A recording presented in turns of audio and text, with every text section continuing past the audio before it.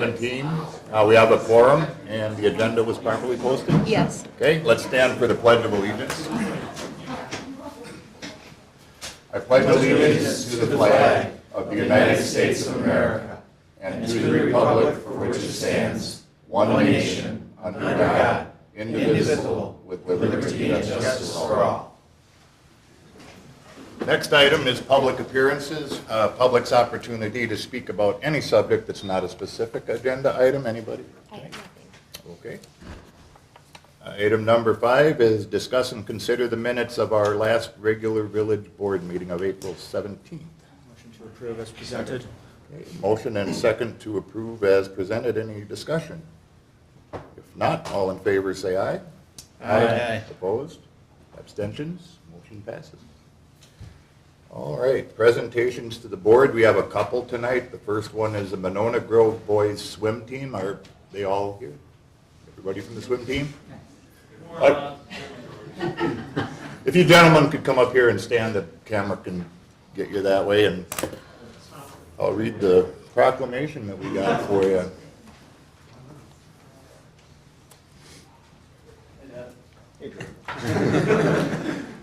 The coach here, is it? Everybody's here? Coach, back. Oh, okay.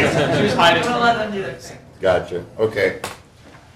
Whereas the Monona Grove Boys Swim Team won the 2017 Division II State Championship at University of Wisconsin Natatorium, and whereas the boys swim team has now won the state title in 4 of the last 5 years.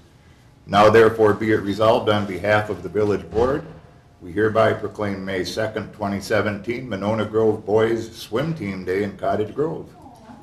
The village congratulates the 2017 Monona Grove Boys Swim Team on their Division II State Championship and asks the community to join us in celebrating their successful season. Thank you, gentlemen.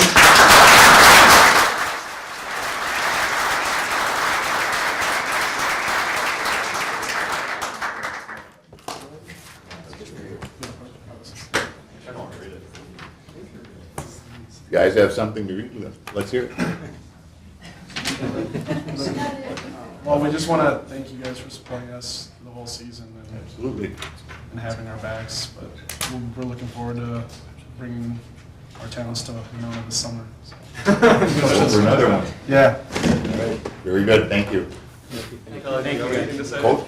I just want to thank you for inviting us. It means a lot to the team to have your support and attention for our little team to make such a big difference over these last couple of years. It's been really exciting. So I just wanted to say thank you. Thank you. Thanks. Good job, guys. Coach?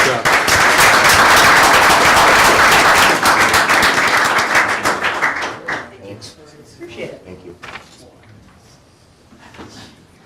All right, next up, we have a presentation by Officer Karatko and our K-9 Lars.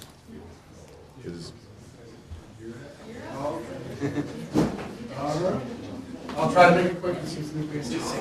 Tony, how long? Maybe we should do this. Can we do the swearing in of Officer O'Brien? Absolutely. Yeah. Chief, did you gotta go to work already? Yes, he is working already.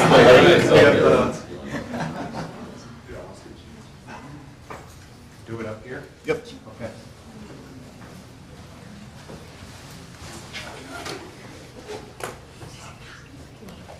You want him facing the camera or what? Sure. It does. You're doing it. Okay.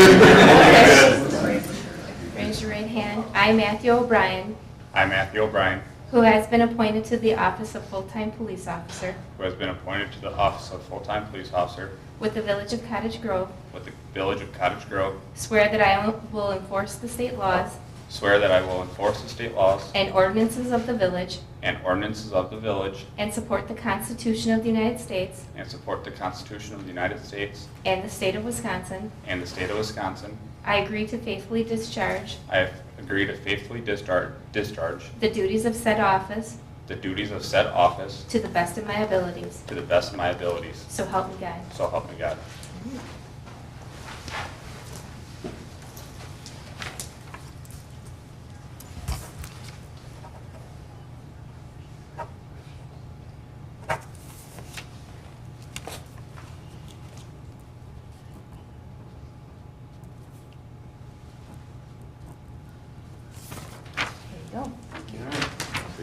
Officially, you can't leave now.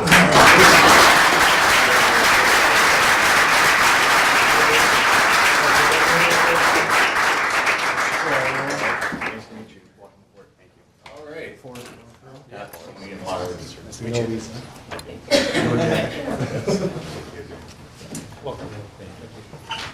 Do we need a volunteer for the taser demonstration? Swim team. Your son?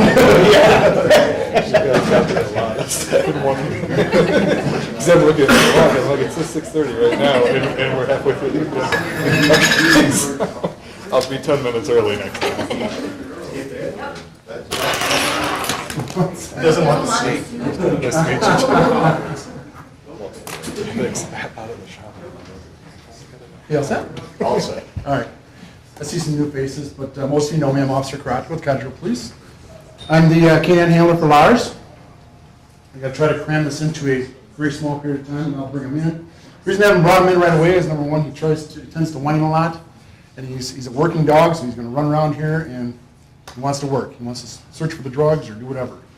I also wanted to leave him in the car so you can see what he can do, what the car does, but bailing him out to come to help me out if I need assistance and stuff like that. So, Lars is a 5-year-old German Shepherd. He turned 5 in March, and he's been with us for about 4 years. I got him when he was about a year old.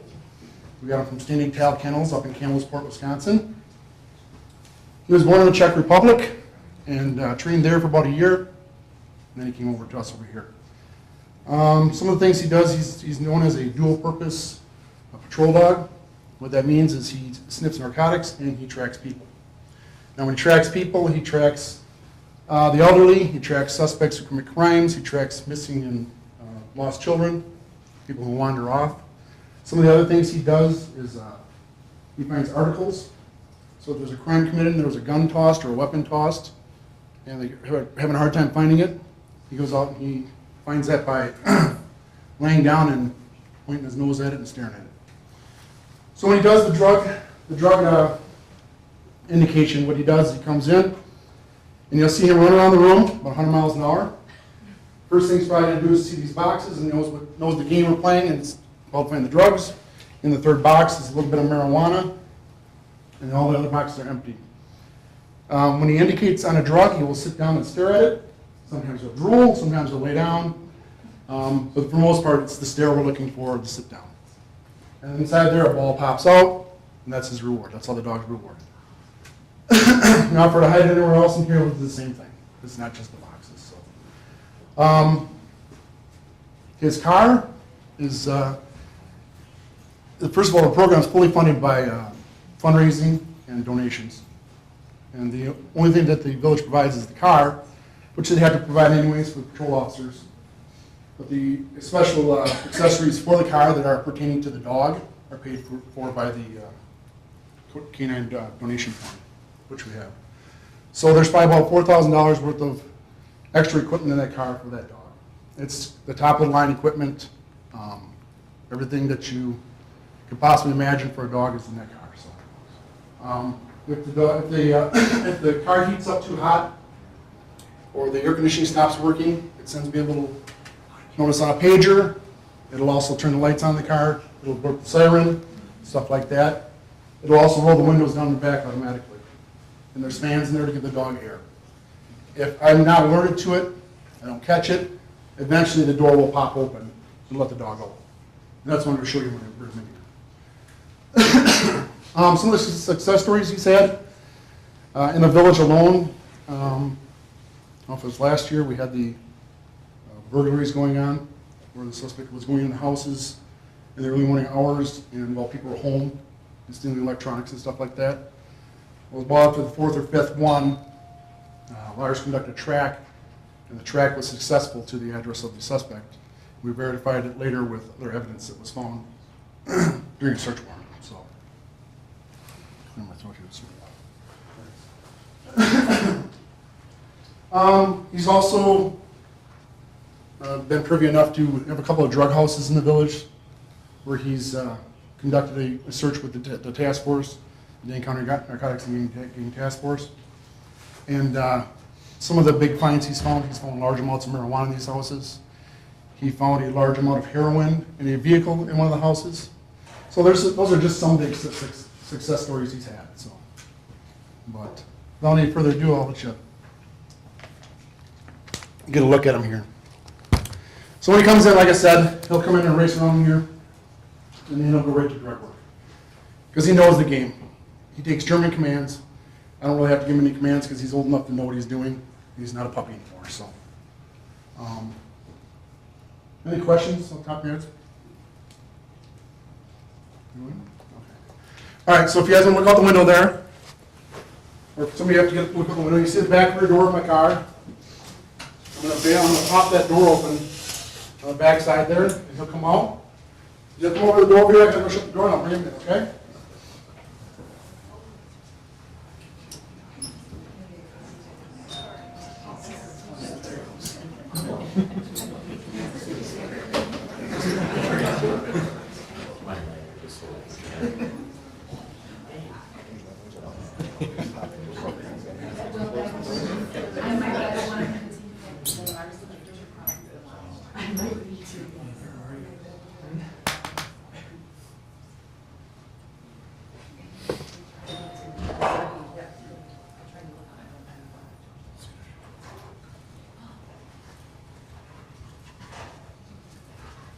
Cigar.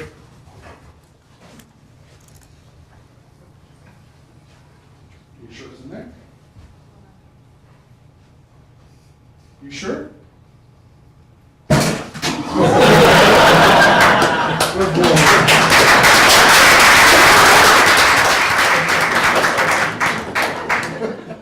All right, who's? Good boy. Like some of the little commands, he takes his stuff and moves it. Hey! See what's moving. Right here, right here. Yes. You did your job. You did your job. See, this one is working because you want to do it. Hey, come on. Oh, let me take that out of here. Let me take that out of here.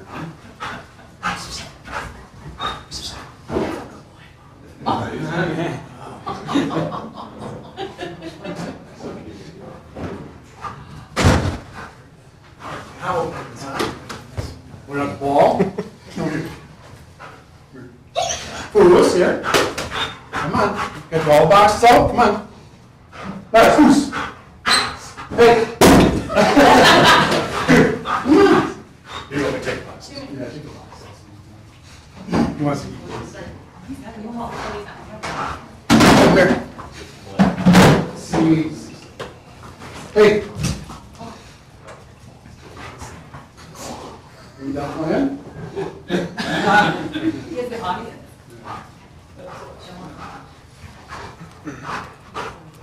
All right, here. Here. Come on.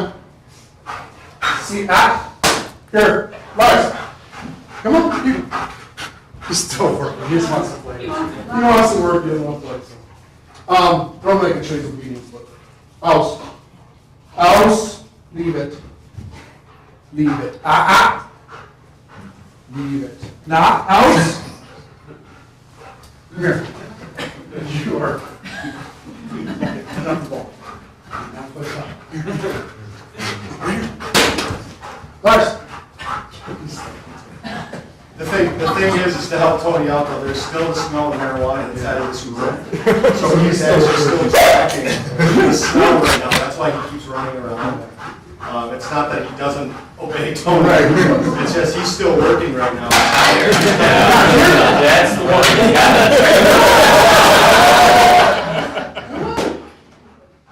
Yeah, that's it. So, he just wants to keep working what he's doing. So, if there was like 10 fines in here, he'd be sitting down like 10 times the fine. So, that's it for him. All right? Say thank you, buddy. All right, that's what we got.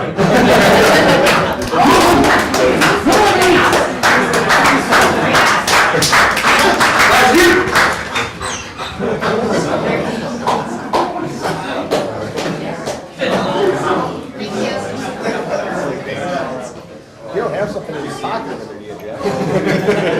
I got the smell of 2 dogs. I find it impressive to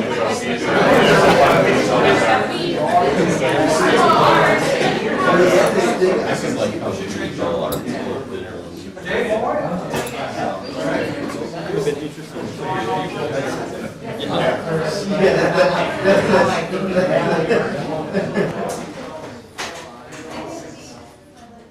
right, next up is item 6C, presentation by J.J. Larson, our Director of Public Works and Utilities. You got a And maybe PowerPoint? give them a little time to Yeah. set up, and then that'll let people clear out. Sure. I think he got that other one. Yeah. Yeah, he did. Yeah, so I'll pick it up.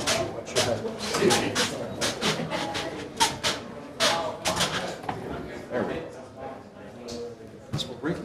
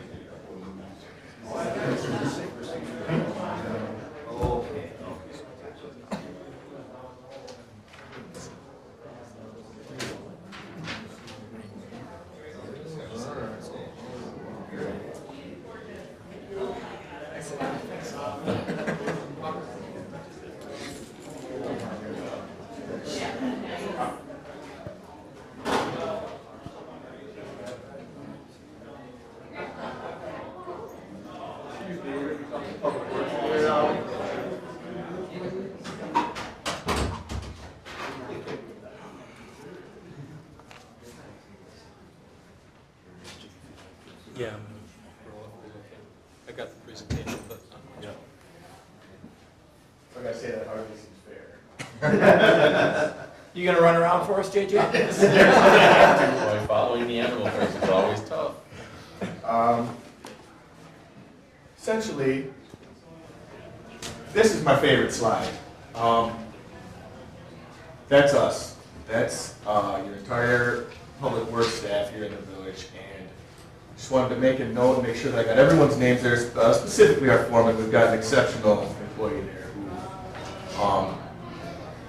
I can see the note on the bottom. I did a staffing study a couple years ago, and essentially when you factor in comparable sized communities, either based on population or pipe and road length, essentially with the same responsibilities, we should have 12 employees, and we have 7.25. And a lot of that is it's all because of those names you see up there. Not necessarily the first one, I just get to take the credit. But we've got a heck of a staff that they can do it all. And here's what we do. We have 33 miles, well, over 33 miles of streets here in the village to maintain. We do that by staying on top of the best practices in maintenance. And the guys are good at occasionally taking some trainings or reading up on things and offering suggestions to me. And so we can proactively take care of our good roads. So much, we're lucky in the respect that the village has grown up in the last 20, 25 years, just immensely. So we have really good roads, and we're going to do what we can to keep them that way as long as possible. And then, but when they are bad, like if anyone is familiar with the Seldall neighborhood, with Matt's leadership, we got the financial management plan in order last year, and that proactively planned for the larger reconstruction projects in the long term so that there's not surprises or delays in getting this work done anymore. Snow. I'm going to leave that one simple.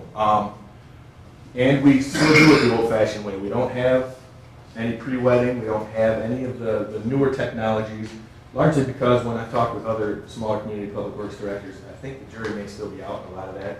A lot of folks were sold some things that may not necessarily be the best, most cost-effective way to do things. And our guys are great with salt and effort and getting in front of it. When I travel around, at least in this area, I put us up against anyone in anything we face. Our water utility has about 35 miles of water main, 3 wells.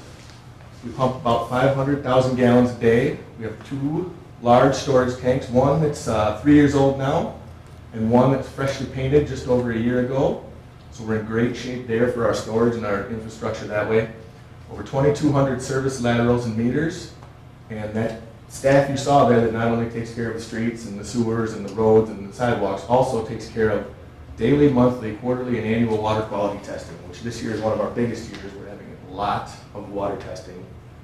And we were commended in person and in our official DNR sanitary survey that's done on how we do it early and often. And he's never had a worry. We get it done as fast as we can, so that if there ever is an issue, we're on top of it immediately.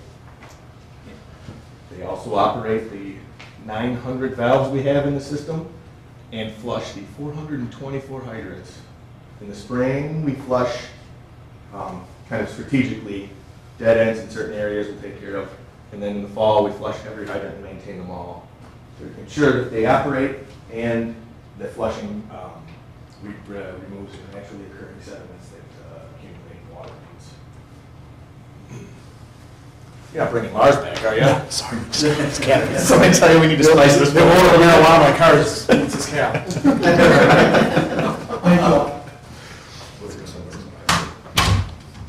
Sanitary sewer. We have 4 lift stations, over 35 miles of sanitary sewer, 600 manholes, which with Mike's staff's help, we've recently located all of them now, and we're working on getting them all into a GIS mapping so that we can maintain them and keep those records electronically and work in the field a lot more efficiently. Again, that same small staff takes care of those inspections and the cleaning and the jetting of those sewers that we won't get into, and I went with just a manhole for my picture here, but it's dirty work, and they do a great job.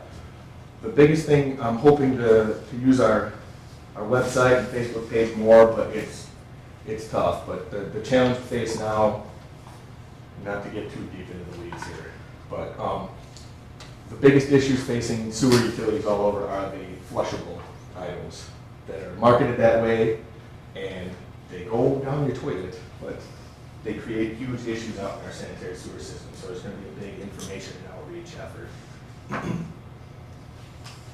We're also an MS4 utility, which means we have a storm sewer permit through the DNR, which requires certain programs. We have, again, public outreach and information.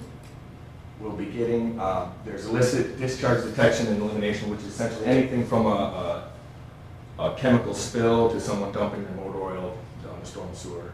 And we'll also be adding a hotline to the website and advertising that so the residents that do see things can report that and we can address those issues. And there's actually, Mike's staff takes care of that construction site pollutant control and post-construction, working with all the developments happening in the village. They do a great job of keeping on top of everyone that's working and maintaining our water quality. And everything else. Again, those same folks that are out there testing your water and keeping your sewers flowing will come and fill the pothole. They will paint a crosswalk. We're getting the sidewalks repaired. If your sign's faded, let us know. We'll take care of it. I'm really proud of the work they do because it really is everything. When the phone rings, I don't usually get the pass. Occasionally they ring. Sometimes I might, but otherwise, we have to do it and we do it well. Any questions? And JJ, you said that we have 3 wells. Yep. And it's 500,000 gallons per day. At what point are we getting another well in the village? Hopefully, Mike, this may be a question for the next presenter too. I'm hoping that given the increasing efficiency in appliances and every home that's built is using less water. There's more information. Folks are, everybody's using less water. And the way that MSA has grown this water utility, I'll be retired. One question I had, JJ, like in the Seldall plat, the older neighborhoods, what kind of shape is that infrastructure in? I mean, Seldall was one that wasn't necessarily proactively taken care of. But that project is going to start here in a month, and that will be water, sewer, storm, and then complete road reconstruction. But again, now our water mains that have been installed, most of the village system now is essentially 100-year pipe, or it should be. So we stay on top of the valves and hydrants. You're going to have occasional failures, but that stuff should be good. The roads are the biggest thing. they're my biggest concern. The only other thing is that town chairman asked me to pass along his thanks for helping out at the fire station, look at the camera. I guess you guys went down and looked for some leak down there, something's going on. It was, well, we didn't even need the camera. There was a storm pipe that we share there at the fire station that made itself known and it pulled away. All right. All right, thanks. Anything else for JJ? All right. Thank you all very much. And please don't hesitate to call or email or whatever, anytime with anything. JJ's on the question here. I have a question for you. For some of the older structures, when it comes to replacing toilets and things like that, is it mandatory that they have to replace them with the new, more advanced toilets with less flowage? No, it's not mandatory, no. It's not mandatory. No. But it's even, honestly, it's even hard to find one that flushes with the same gallons you have in an old toilet anymore. Even without buying the newfangled high efficiency, you're really saving a ton with any new toilet. Okay.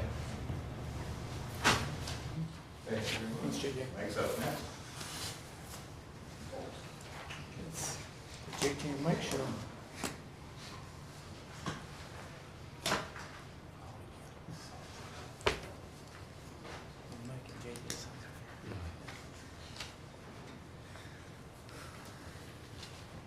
Okay, well, I'll start out with just saying the best toilet's one that works.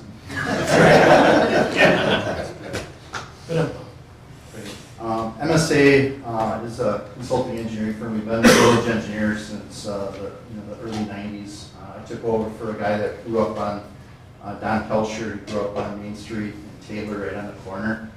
And I grew up in Stoughton, so don't hold that against me, but I enjoy working here because it's between our office by the airport and my home in Stoughton, and I just come in when needed for things. To get things done, when we talk about, we're working on Cell Plat, and that was awarded. We're working on the design of School Road and Main Street up there to get signals put in yet this year. And when I do these projects, this is the kind of team that I have to put together.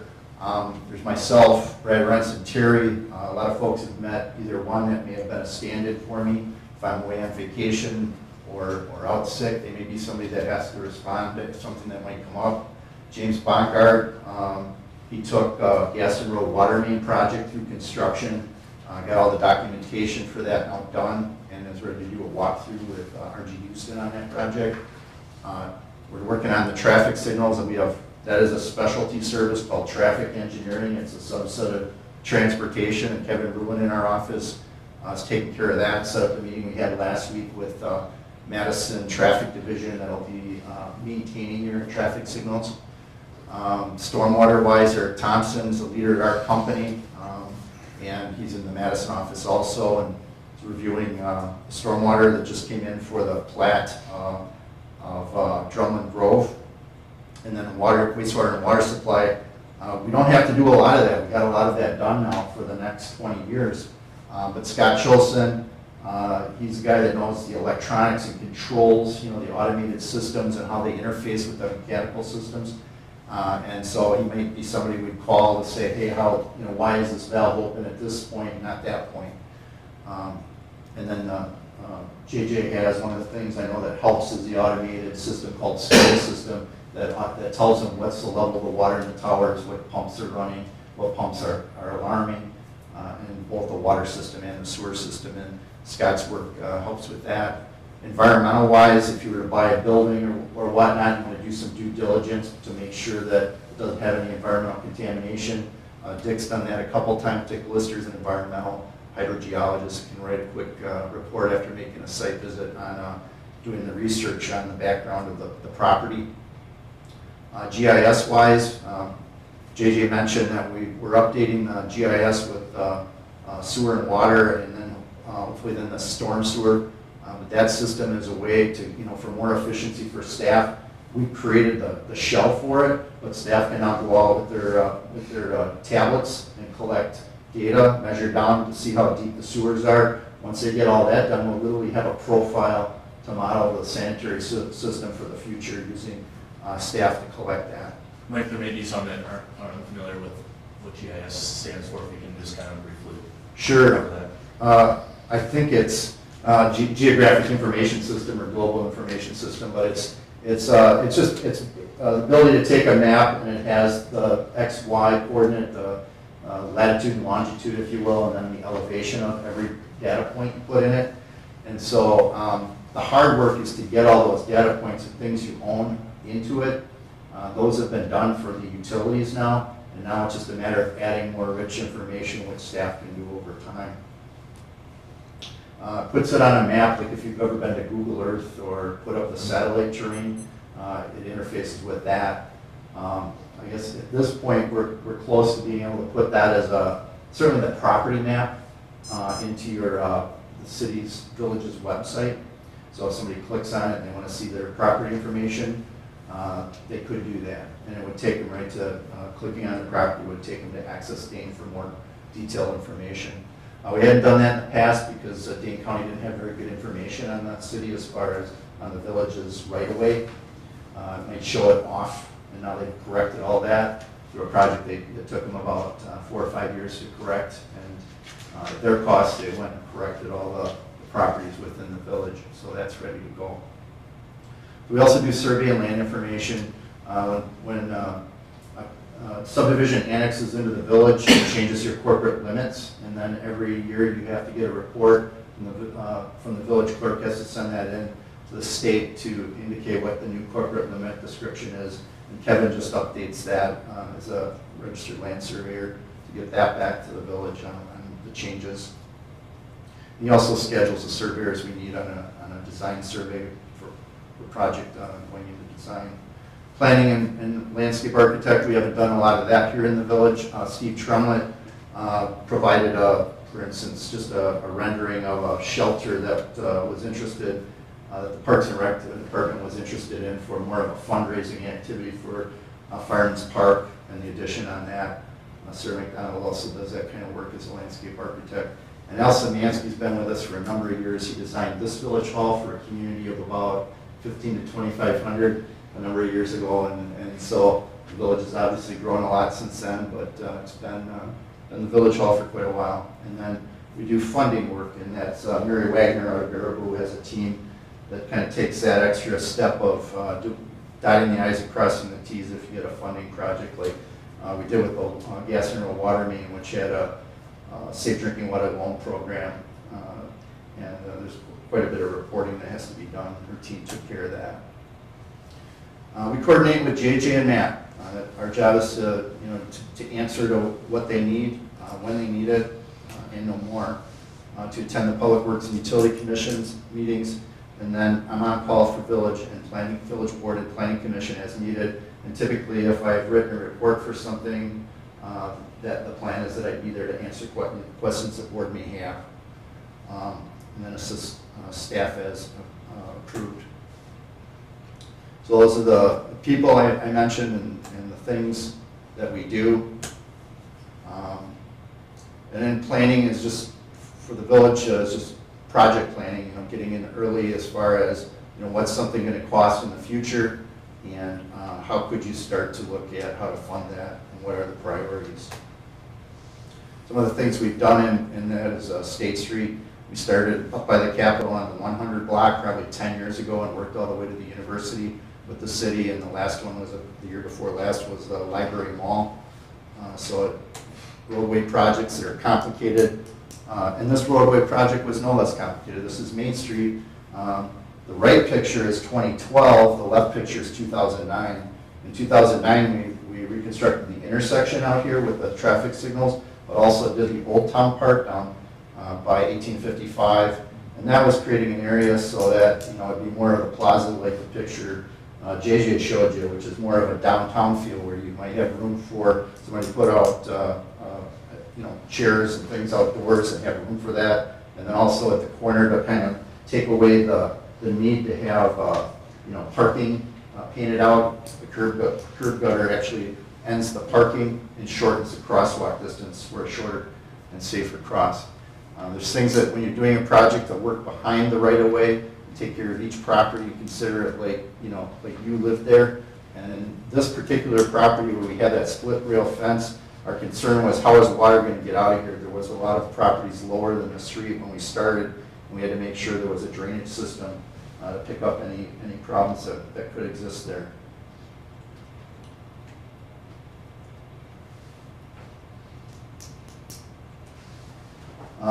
This project is something we did out of Illinois, but it helped me here in Dublin Park, to give Park some ideas on what type of surface material to put on that basketball court. We did this as close as Central Park in Madison off of East Washington, doing skate parks, and then just more of your rural park things, trails. The village, we're not doing this project, but this was one we did up north, but something like this will be happening that can connect the village to the city of Madison and crossing wetlands like this. And this is a boardwalk, the typical type of thing that the DNR would permit to get through a wetlands.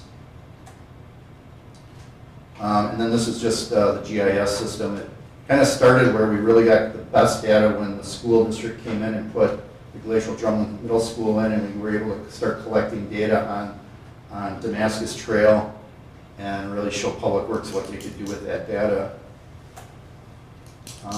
Transportation, we're looking at impacts of development and things that we're doing reviews, but most of the transportation is traffic work, and I even going back to when the middle school went in, it didn't meet warrants to put a signal in out there, but we knew that getting a left turn out of the, from the middle school onto Cottage Grove Road was going to be a nightmare if there wasn't a signal there. And there was something called a pedestrian warrant that we were able to get that passed through the county on just by having enough pedestrians and putting that bike path on the south side of Cottage Grove Road. And pedestrian bridges is something we've done. This is out on by the university campus. Also shows cars, rail, and bikes, bridges all one stacked up next to the other. We've done the bypass work by Middleton, and is importantly the intersection here in town. Somebody may say, why is that intersection so big? Well, Dane County helped fund about close to 900,000, I think, when you put two different funds they had together on that. And for them to fund this intersection, they wanted those bike lanes in. Of course, if you brought those curb lines in about 6 feet on every corner, it wouldn't be as big as it is, but it was one of the requirements they had at the time. This is East Washington Avenue. I think I took this picture because RG Houston was out there, and I think they just won your Southall plat project, so it's something where they're constantly working in the area. This is another project MSA design. And even here in town, just getting the signals in for Main Street and Cottage Grove Road to where areas where the village needed a little bit of property from each landowner, and having Beth, who's shown in the picture in the center there, in our Madison office, really helped because she had been trained in that acquisition process with the DOT process. And of course, we do the airport, so that comes into play just to have people on staff to know if you interface with one, like we do on the north side of the village, what are some of the constraints that we have to deal with. And then of course, wastewater work, we do that with the village and permitting. This is a picture of the Vilas Road pumping station when it was under construction. It's quite a wet well down there in a dry pit area for the pumps. And I think if you ever get a chance to tour that, as a board member, it's definitely a public work feat that's about 15 to 20 feet below the groundwater, and it's remained dry. But you can see the type of reinforcing that took. Every 2 years, we perform for around the state a cost of clean survey to see what wastewater, and we do this for water supply too, costs around the state are doing. And it's kind of categorized by communities of similar size, and it really varies with what they've had to do in the past. And usually if their rates are really low, you kind of know that there's something that's probably going to end up coming up in that community. Stormwater, we do the planning and permitting. For what JJ does with inspection work, we do more of the modeling part to say, what kind of activities need to be done, not necessarily just by Public Works, but what are the things that we need in different areas as development comes in to kind of plan for. And those are the various watersheds around the village. about 60% or more of the village goes to the Door Creek, and the smaller percentage goes to the Koshkonong Creek to the east. And each one has a different limit as far as the TMDL's total maximum allowed discharge of phosphorus is basically what it's set for as a limit. And they turn how much phosphorus they want to limit you to how much dirt, basically, total suspended solids that you release in your stormwater. They started doing this in 2004.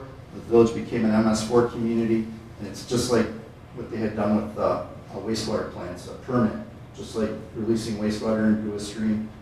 They did so as the same as a stormwater, and one of the things we've been putting off is an updated model. The village is paying so much into MMSD for a certain assumed discharge you have, and possibly that could be lowered by the changing of the model. We do with stormwater floodplain studies. We did this for the DNR. It actually affected some areas around here, and frankly reduced some of the floodplain areas that weren't as accurate. By sending a surveyor out and gathering data about where things really are with more modern equipment, we were able to actually tighten up a lot of the floodplain areas around the village and other areas. And those, of course, were within, where it actually floods. Stormwater utilities was a method that communities started putting into effect about 15 years ago. They were used to pay for some of the mandates that came down in 2004 for stormwater, and recent action, say in 2011 or 12, pretty much stopped the creation of new stormwater utilities. So there's communities that have them and communities that don't have them. If you don't have them, you're kind of just using what element of the general fund you can use to fund those stormwater kind of more maintenance activities. We also do, again, this is Vilas Road. We received $15,000 from Dane County to put that gravel in. You just see it on the side of the road. That's still there, and it may grass over even more, but just know that whenever that could be funded, that gravel could be cleared off, and you could get a bridge across or an extension of the culvert. And I think that was just sort of a budget item that's right now, even if you look at things you've got, that's probably not the priority, but there is a path there for people that would want to walk off-road on Vilas Road. So, potable water, as JJ said, we'll both be retired before anything major needs to be done. This is a map that's probably a few years old. It says Gaston Road is the big orange area, the big water main we put in last year. That's in the ground now. It talks about future well, or Tower 3 up by 94 on this map, and that's in. So the major infrastructure is in, and now it's pretty much up to development to infill that. That's the inside of the well house at number 4 at the Commerce Park. It used to be at that first bend in the building. That was the end of it. We put that little addition on about 2013. That enabled that piping to go in, and that piping can do a lot of neat things as far as the tower can now feed the lower village that's at the lower pressure through a valve that's right in that blue piping area. And when we had Reservoir 2 behind Village Hall down 2 years ago to be renovated, the whole village was being supplied through that pressure reducing station on the side of that, next to that pump. And so the new high pressure zone can supply the low pressure zone. And because of that transfer pump that's in the middle there, the low pressure zone can now supply and fill the Reservoir 3 if needed. There's something like this that went in, which is just the pressure reducing valve into the west side of the village that was put in by Hamburg's that provides a redundancy of this for the opposite side of the community. And of course, Reservoir 3 itself, we do buildings and that sort of thing. And that just shows some of the park things and funding that we do. But are there any questions? Thank you. So, just to conclude the presentations tonight, that was kind of the tail end of last week. We did some presentations on the other departments in the village, or 6 other departments. So if anyone's interested in seeing that, it's up on the website on a YouTube link. So thanks to staff for putting the presentations together, and I also had the opportunity to meet with each of the new trustees individually on top of these meetings. So hopefully that's helped everyone to hit the ground running. So Thank you. that's it.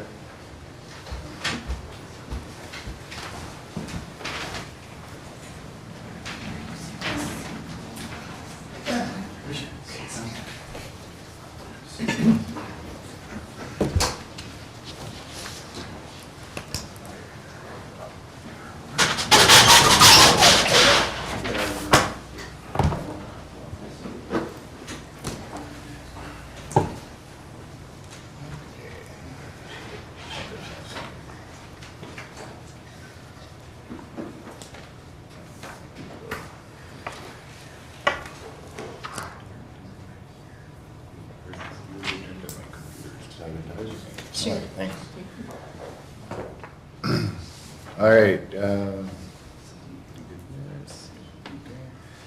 Now we're down to new business. Well, that was a swearing in of Matt O'Brien, our new police officer, which we did. 7B is discuss and consider a block party application for Casey Brunig.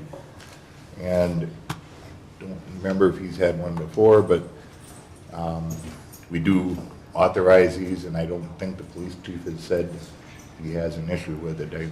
Usually we ask him, but does anybody have any issues? That's on Melissa Lane, I think? Yep. Yeah. 302. Seems like they have one on a regular basis up Yeah. there. Do they? Okay.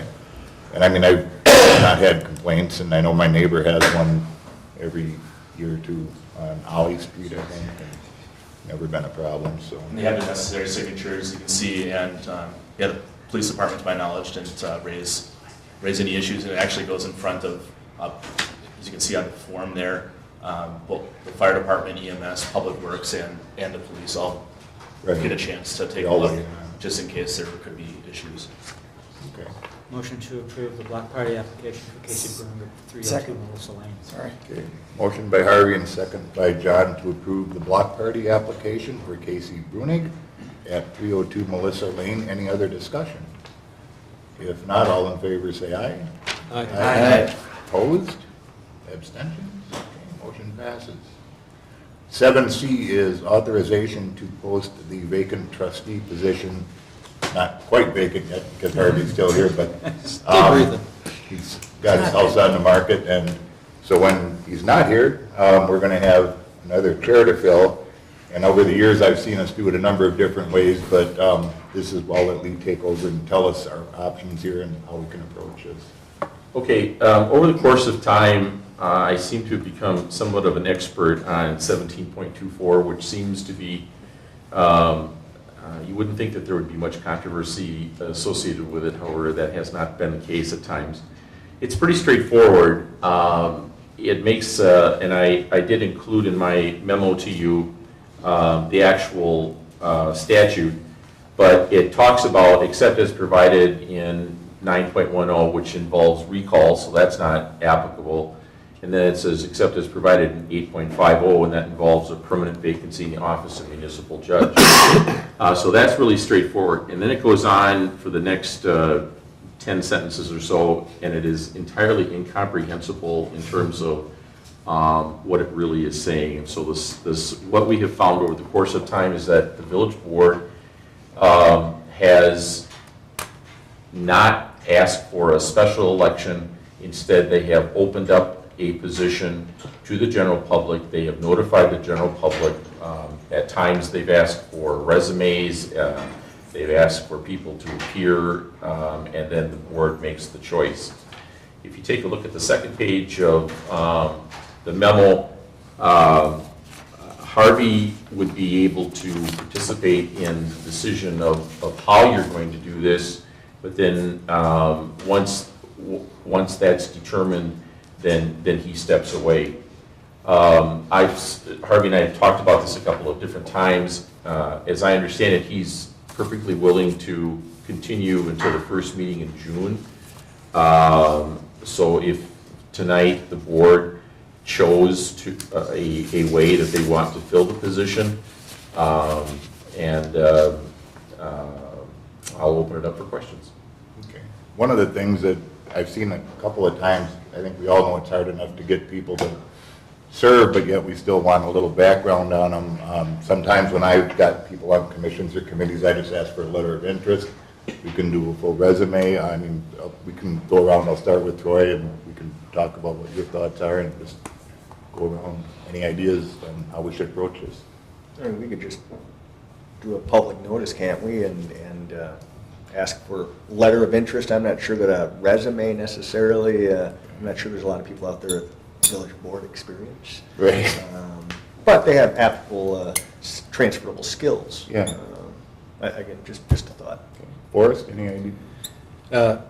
I tend to kind of favor a resume as well, not to be too contrary, but sometimes you could see a little bit more about the background of the person, and you know, I have no village trustee experience. I was elected, and I think I bring some unique skills to the group. So I'd like to see a letter of interest in a resume. Oh. Yeah, I'm fine with either. Okay. Harvey? I think, for the benefit of the board, I think that the combination makes some sense. I think that it's important to make sure that whoever is interested also comes before the board and states their case. Okay. Larry? I like the idea of a letter of interest and coming before the board. Okay. John? I'm a prime example of that particular scenario. So back in 2015, when one of the trustees moved out of the village at LeMay, so to me that makes the most sense. It gets, we're able to get 3 trustees to throw their official name in the hat. Although Jim, you know, signed up a little bit later, but I mean, for a special election, I think that's not, you know, worthy of community dollars. And certainly if we give folks enough notice, as we've just kind of outlined, and if Harvey's willing to stay with us, persevere a little longer, then I'll be around. Definitely covered there too with experience, et cetera. So I will say, you know, in my experience in terms of special elections, because there's less than a year left on when I will be leaving, the timing of a special election would not be conducive to be having one, because there's a lot of time that has to elapse there. And it's extra expense and staff time. Yeah, correct. So it just doesn't make any sense to have a special election, and an appointment is the way to go. Okay, so as far as posting it, village website, newspaper, any other ideas? I don't know how many people read the newspaper and look at the website, but I mean, I don't know where else we could. Somebody talked to the paper, they were going to do an article on this. Okay. Almost post it like any other public notice, really. Yeah. What kind of time frame would you give people to submit, and when would you want them to come before the board? 30 days, fair enough? Sure. Try to get them on I board. would suggest 2 weeks. 2 weeks? Tell them. I don't remember what we did with you, John. I think it was only a couple weeks. I think it was only a couple weeks. Yeah. Okay. And there were 2 of us, you know, very, you know, capable individuals that did show up in front of the board. So. Okay. And then just send the information to Lisa or Deb, I guess. I would say to village. Well, yeah. Copy both of them probably, but Lisa would be the main contact. Okay. Try to minimize any time between when Harvey leaves and the new person gets on board, I guess is what my goal would be. So we'd ask them to submit by? It was May 1st, May 12th, so that it can be in the packet for May 15th. Okay. And if it went out tomorrow, it could probably still get in the paper for Wednesday, I think. Well, I can tell you the cost to, you know, between them doing an article and us getting on the website and things like that, the cost to advertise in the paper is actually rather pricey. Okay, but they'll do an article for us. Yeah. Yeah. I mean, in this week's paper, not wait till Yes, next week, I guess is what I was. I can call and confirm tomorrow morning. Okay. Their deadline, I think, is, it's sometime tomorrow, so. Okay. And actually, I have a call that I need to return to Kevin as well. Mhm. So he wants to get my comments.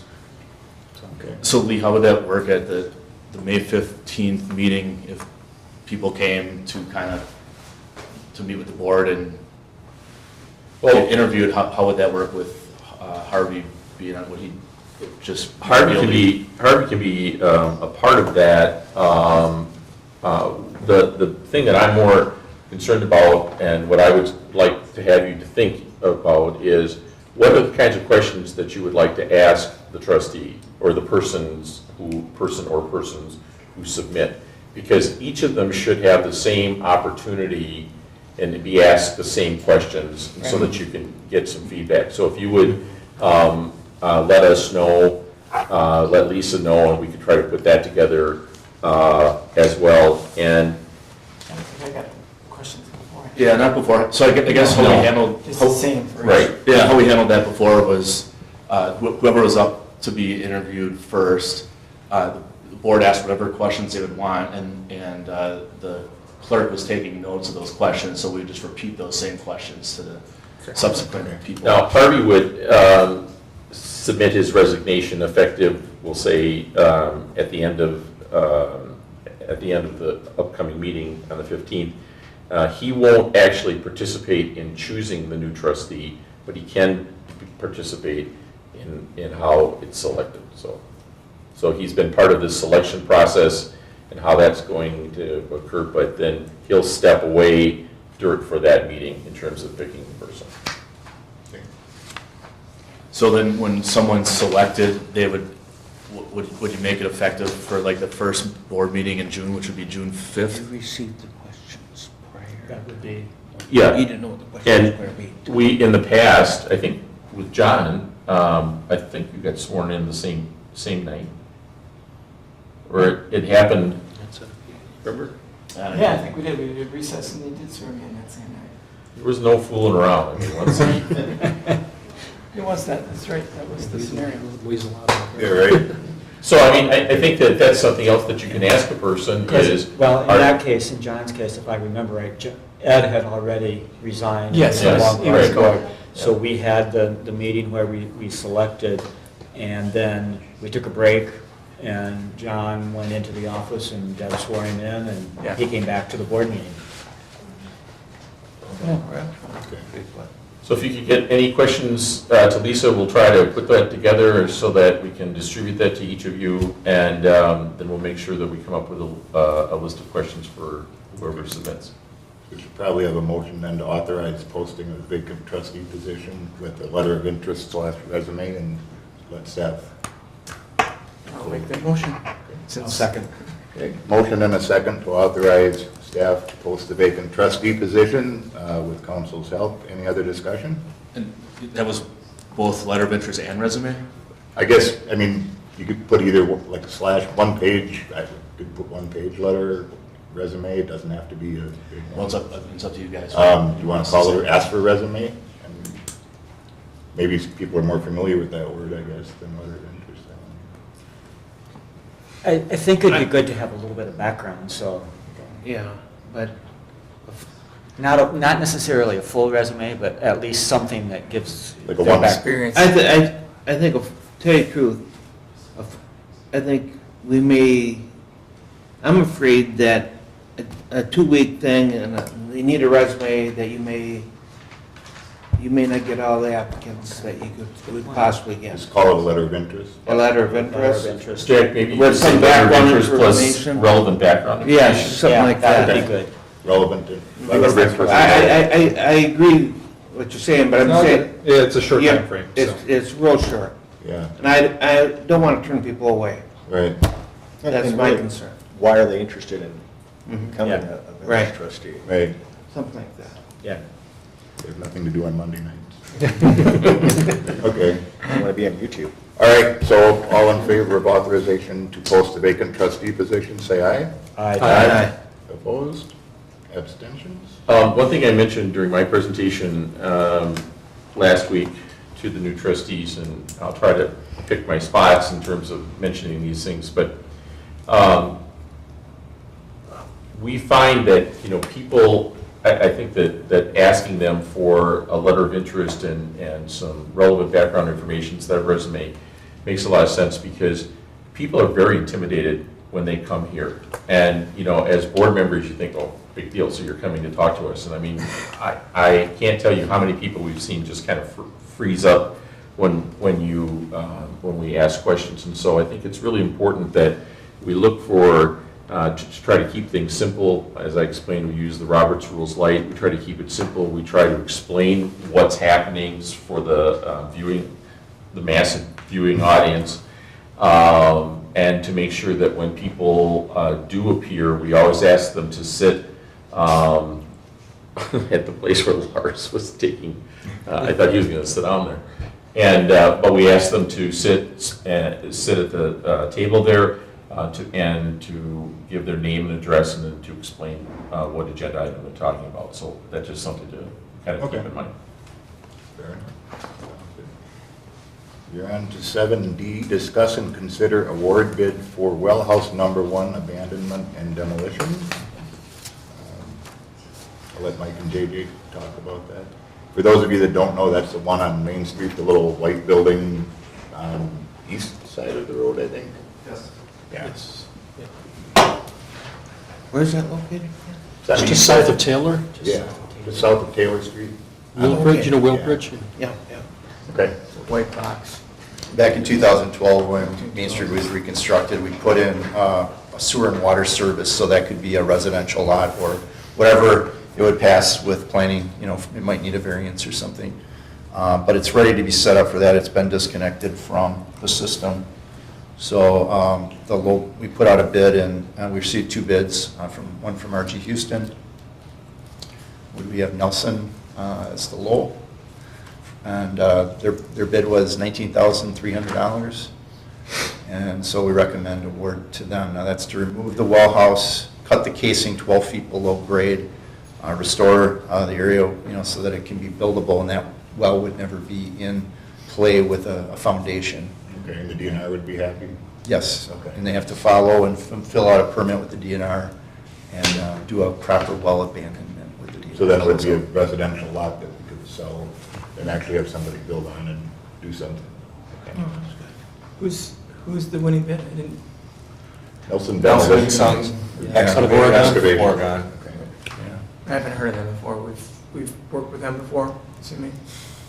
On different projects, not so much in the village. I think we've worked with them in Oregon, but that's the first time in the village here.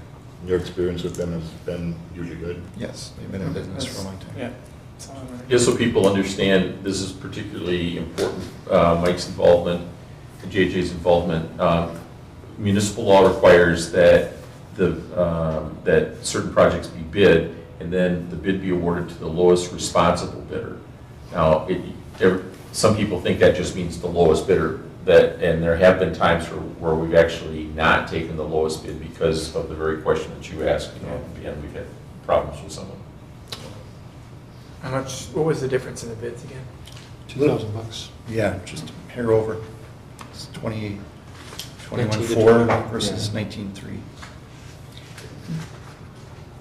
All right, any other questions or discussion? If not, I'll make the motion that we award the bid to Nelson Excavation. Second?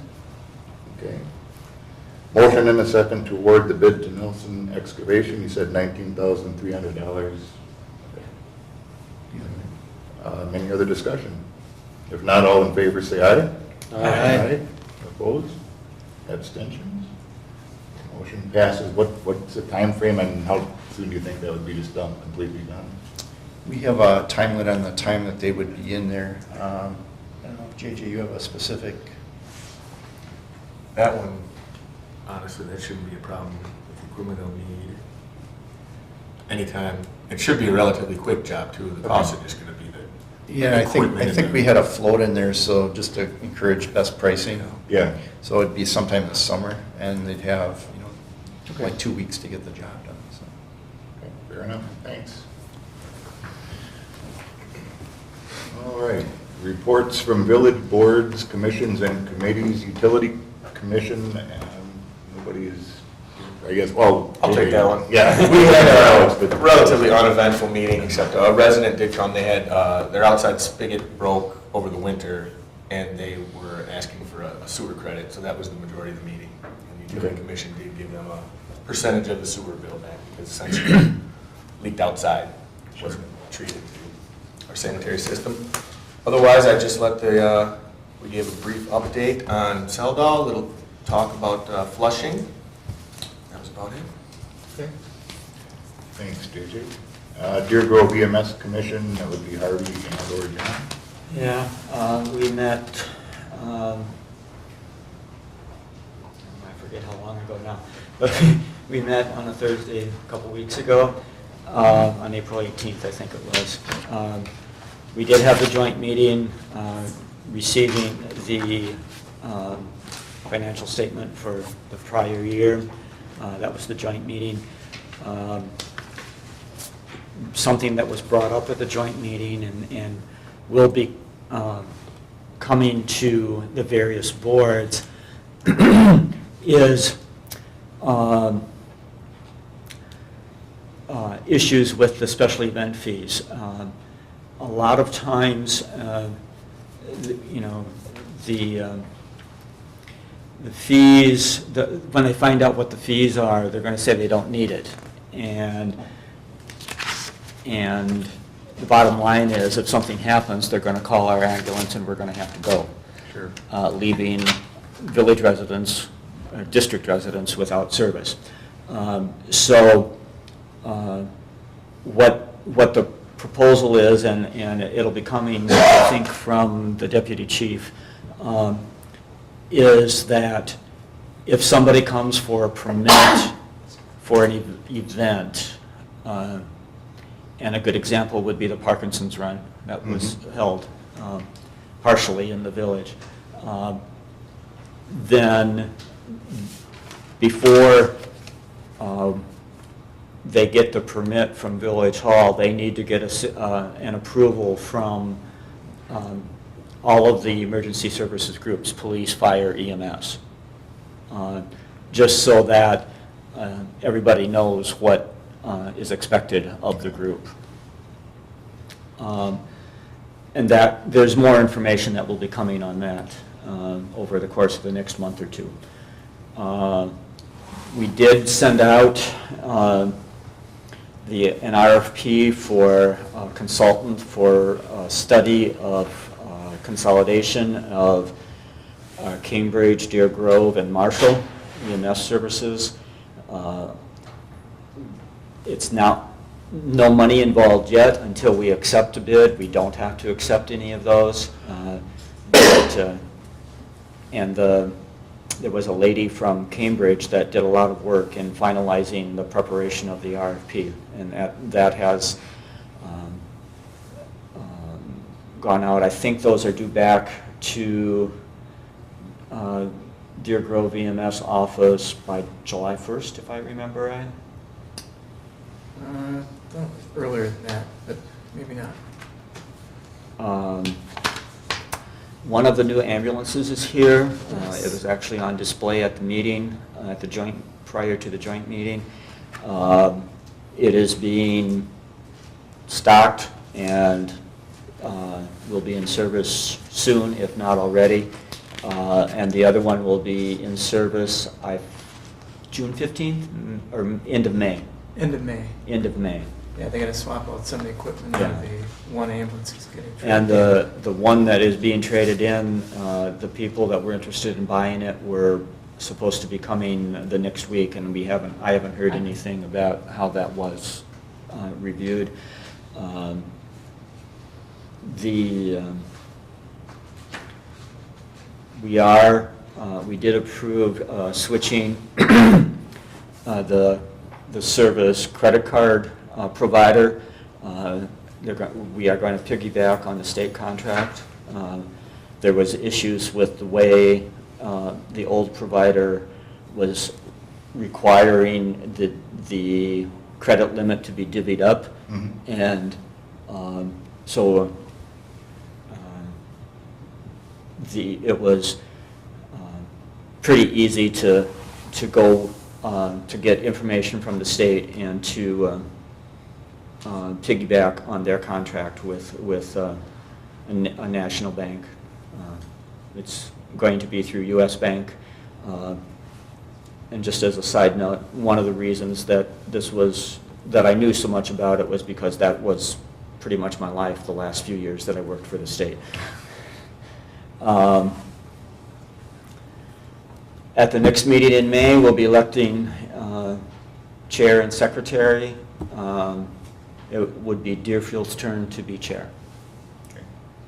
Run fees and run numbers are very similar to what they were in 2016. Okay. The auditor seemed pretty happy with Yes. the way things Yeah. were going. The auditors found that. And as far as the merger, I know some of you new folks, we have a paramedic level service. These other communities don't, and I think the goal, and correct me if I'm wrong, is not to dilute our level of service, but Correct. figure out how to do it without spending money. Actually, Cambridge does have paramedic level, but they aren't licensed at paramedic level. Oh, correct, yeah. So the issue is trying to do some cross-training and cross-runs so that they can maintain their experience at the paramedic level. For Marshall, it would be a need to do some education and furtherance of the staff there. But, what we have, in the course of this, and I think, John, you would agree, we have learned that consolidation appears to be something that is becoming more frequent. Yep. And the goal, of course, is for the community served by Deer Grove not to have to pay anymore. And there might be some cost to get there, but the bottom line is if this happens, the service that can be provided to this part of the county would be significantly improved. Okay, so economy of scale. Yes. Okay. So the other thing it does is it's a long process, Herbie Yes. said, that, so it's not something that happens next year, or even maybe the year after. Right. It'll take a while to make all this happen. And we will try, and the chair of the regionalization committee is very aware of budget timing and things like that. So if there is a need for budgetary changes to the Deer Grove budget, it would be such that it would be included in a budget request. We're hoping that we'll be able to find grants and other sources of funding for Sure. both the study and the actual merger. And Harvey and John, I appreciate your work on this because how many communities are involved? At least 8 or more? Well, there's 1, 2, 3, 4 villages, Yeah. and Several towns. and 6, 7 townships. And getting an intergovernmental agreement between 2 municipalities is hard enough when you got all these players in the game. It's going to be a complex. Yeah, and it's that's gonna be a while. And that's part of why it's important for this consultant to take a look at the big picture and see what, and part of the end product from this RFP would be a proposed agreement for the municipalities. So the other push that this has is, one is being supported at state level, consolidation, because the big thing with a lot of communities these days is getting volunteers. Right. And keeping even paid staff, because they'll go to a larger service where they get more opportunity to actually serve and use their skills and potentially get more money. But mostly it's about using their skills. And so as these smaller communities, even us, we may get to a point where it's a challenge. We don't have an issue right now, but it'll be maybe Exactly. a challenge to get the talent. Okay. And that's another reason why more and more municipalities are actually looking at this. Some up north are actually closing down and handing the keys over to the county.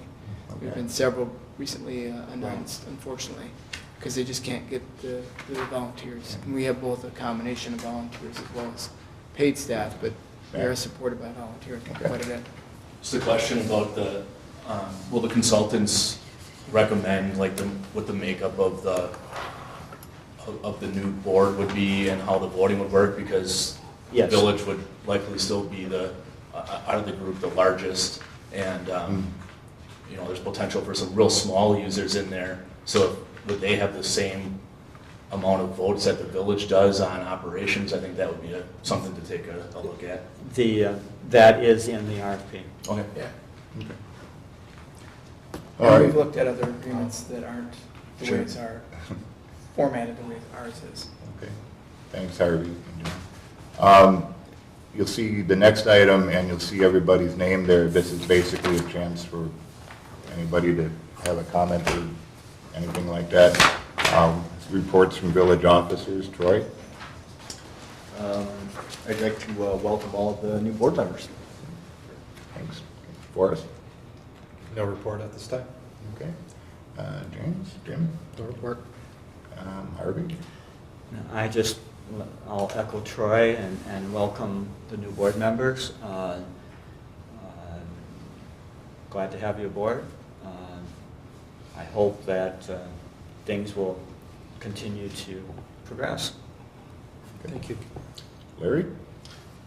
I'm glad to be here, and I'm very thankful for all the welcomes I have received. And I'm ready to go to work.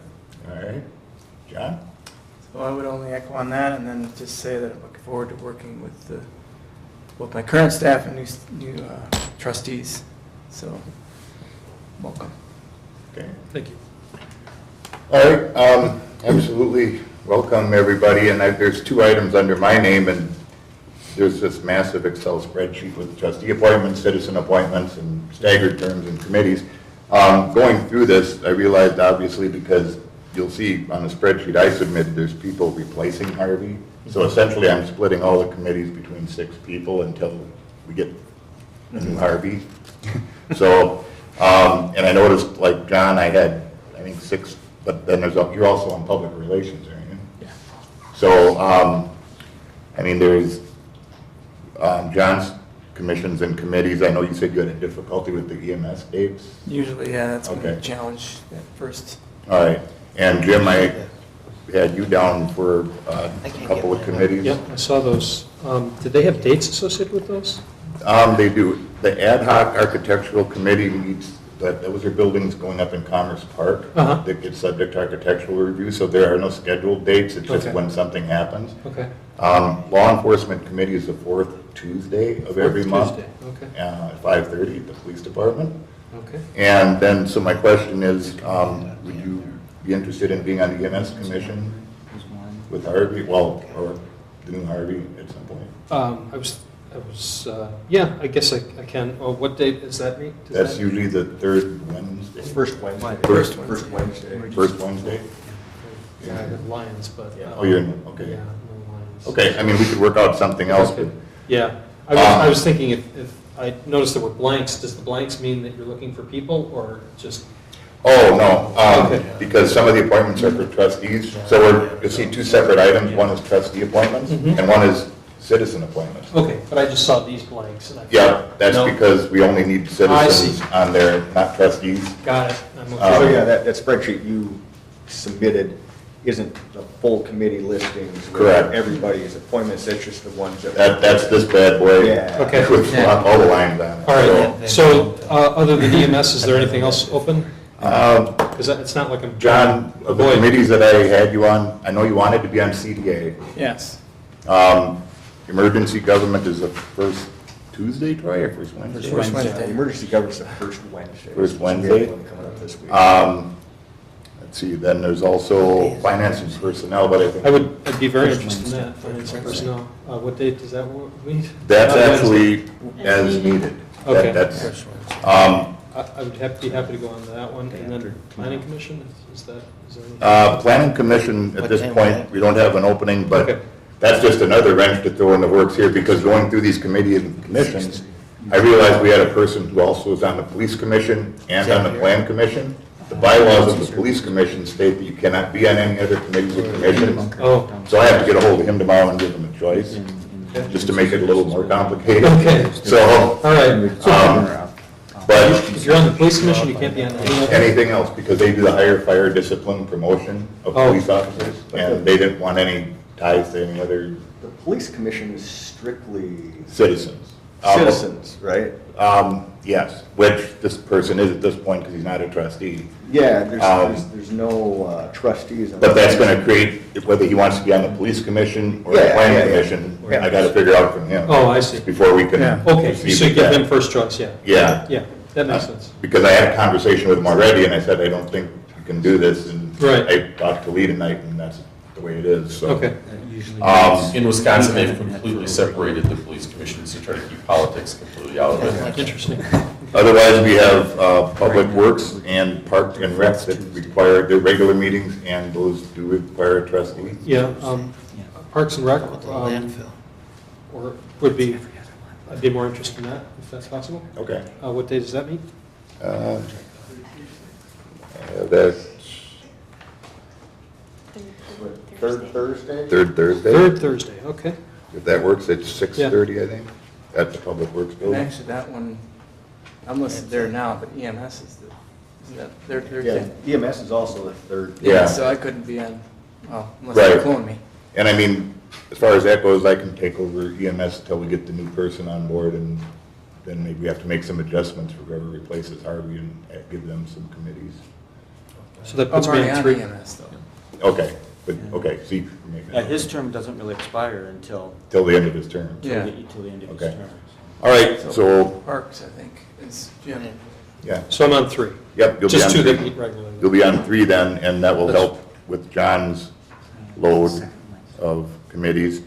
Everybody had a chance to look at the spreadsheet, and like Troy said, this is not the complete committee commission list, it's just the vacancies at I this see. point. It might help actually to update that email, the full list, Yeah. especially for the new folks. So if we approve this, Lisa can Yeah. update the sheet and get it emailed to everybody, because this explains whose terms expire, because some are a combination of citizens and trustees. Yes. And trustees' terms expire at the end of their elected term. Citizens can be appointed for 2-year terms, which throws a lot of different expiration dates out there. Would it be possible to have a list of meeting frequency as well, sent around, just to make sure there aren't any conflicts or anything? Yeah, actually, on the list that we have here, it explains what day of the month. Okay, is that a separate document from the PDF Yeah, that went around? Yeah. It's So it lists everybody's name. The address. PDF was one that Jack created and Yep. for this Like this one meeting, has- and the other one is You guys- a full detail of, Now you're a handicap. that's created by Lisa, Okay. or maintained by Lisa, I should say. And, yeah, and as I mentioned, we're splitting it between 6 people, and pretty soon we'll have 7. So Yeah. this could change again. Yeah. So if we want Try to to, balance some things Yeah. out a little bit.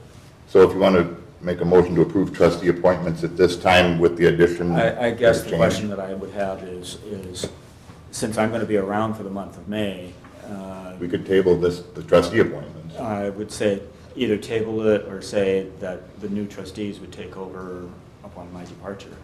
We could do that. I'd say, just make it as easy as possible, and just say that, that they would take over, that they would slide into your position as soon as you vacate the position. And then there still may be some moving around Right. as people find out that, well, I won't be able to make that meeting. All right, so maybe it's best just not to do trustee appointments until we have the new trustee. But we're replacing Kyle. and- We're replacing Yeah. Kyle too, that's correct. Jennifer. And Jennifer. Maybe on Harvey's replacement committees that we would make that effective once Harvey leaves, whenever that time is for you. But the other committee, we could make effective now, Yeah. replace Kyle and Jennifer. Alex and Jennifer though, right? Okay, Yeah. we could do that, and then I can get with Lisa tomorrow, and we'll make sure we've got that nailed down. Yeah? Okay, Does that make the most sense? I mean, It does to me. all right, so so that's my motion then. approval of the I don't have trustee to go to law appointments, enforcement, you're going to take that stuff, with the exception of Harvey's Yeah. at this point. Yeah. starting in. And then starting in Harvey's, June. even though we have listing of names, that wouldn't be effective until Harvey Sure. actually, Moves. Okay, sounds good. Is there a second to that motion? I'll second. All right, thank you, Harvey. So motion and a second to approve the trustee appointments with the exception of Harvey's committees. And we will take care of the rest of that at that point. Any other discussion? If not, all in favor say aye. Aye. Opposed? Abstentions? Okay, thank you. The other item is citizen appointments for committees and commissions. And the only thing, as I mentioned, is we have one citizen who is on the police commission as well as the plan commission. So we could approve the citizen appointments with the exception of John Russell's appointments, because I need to give him a choice. Does that make sense? Yep. A motion to approve the Citizen appointments, with the exception of John. Until he decides, we reach out to him and decide what he wants to do. Yeah. Okay. All right, so that's. Rather than give the name, I would say plan and Police commission. police. Okay.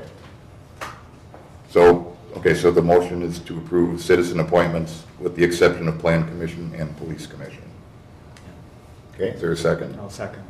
Okay, motion and a second to approve citizen appointments with the exception of plan commission and police commission. Any other discussion? All in favor say aye. Aye. Opposed? Abstentions? Motion passes. Thank you. It was quite complex, but thanks to Excel. And we will move forward then when Harvey's replacement comes. You can't leave till you get a replacement. Just delay the closing on your house. Yeah. Attorney Lee Boucher, any reports? I have passed out to all of you in spring-like colors. This is the public records law. This is the open meetings law. And it is definitely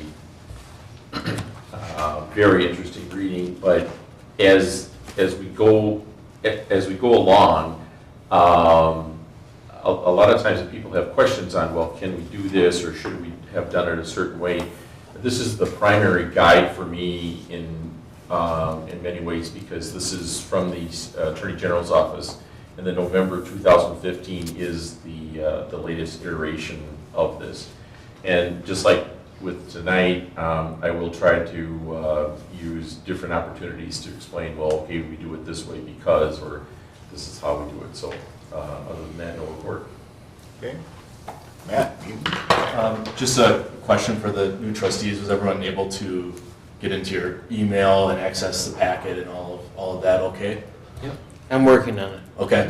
So we'll help you out, so let us know. And, Okay. and any other questions for any trustees, anytime you guys want to set up a meeting with any staff, as well as it might be a good idea to do a tour of some of the facilities like the Municipal Services Building. That includes the decent public works and parks and recreation, as well as the fancy lift station that Engineer Maloney talked about. So we can set that up at any time. Sure. And as far as any, like I said, any committees, commissions, my cell phone number is on my card as well as president, so feel free to call, shoot me a text. I do know how to text. My kids will tell you otherwise, but it takes me a lot longer than them. All right. So we're down to Director of Planning and Development, Aaron Muth. No report.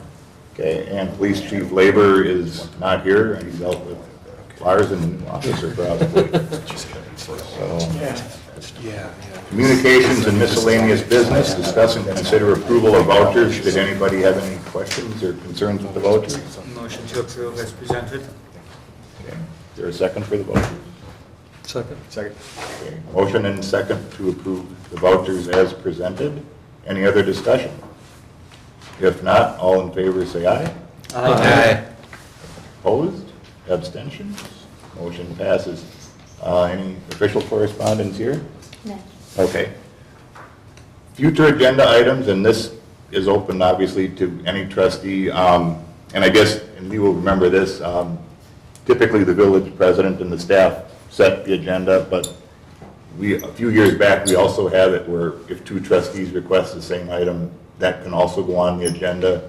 But for what it's worth, I am willing to put anything on the agenda that you come up with, even if I don't, in principle, agree with it, because I think it warrants discussion. So- Also, in line with that, Jack, I just wanted to mention, under reports from village officers, if your report is just general in nature, that's fine. But if there's something very specific that you want to talk about, please let Lisa know ahead of time so that can be put on the agenda. There was an Attorney General's opinion a number of years ago that kind of frowned on this. I truly believe that in terms of talking with other municipal attorneys that there's not an issue with this, but if you do have something that should be given notice to the public, then please let Lisa know ahead of time. And Jennifer Pickle, for example, had report on things that are happening in the Monona Grove School District that was on every time. So if you do have something specific, please let us know ahead of time.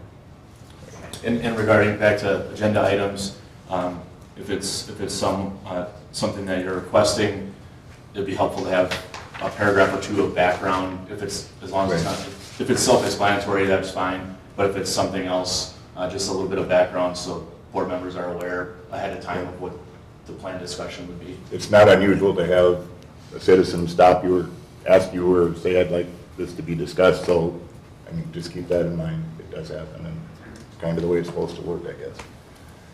All right, anything else for future agenda items at this point? Otherwise, we are going into closed session. I will make a motion that the Village of Cottage Grove Village Board enters into closed session pursuant to Wisconsin State Statute 1985, Parent 1, Parent E, deliberating or negotiating the purchase of public property, investing of public funds, conducting other specified business whenever competitive and/or bargaining reasons require a closed session. This is negotiation of land sale in TID number 5. Second. Okay, motion and a second. This requires a roll call vote. Troy? Aye. Forrest? Aye. Aye. Harvey? Aye. Aye. John? Aye. Okay. Let me just make one comment about this. We just had a trustee who I don't think really believed that I ever actually looked at these, and I just kind of made them up as I went along. So please understand that if you have any questions about why we're going to closed session, don't hesitate to give me a call, but I can assure you that we don't go into closed session unless we feel that there's really a reason to do so. So Alex, I put that in a little message that I sent to him. I said I will forever be watching the closed sessions very carefully as a result of your influence. So, Does anybody need a couple minute recess, or are we good? We got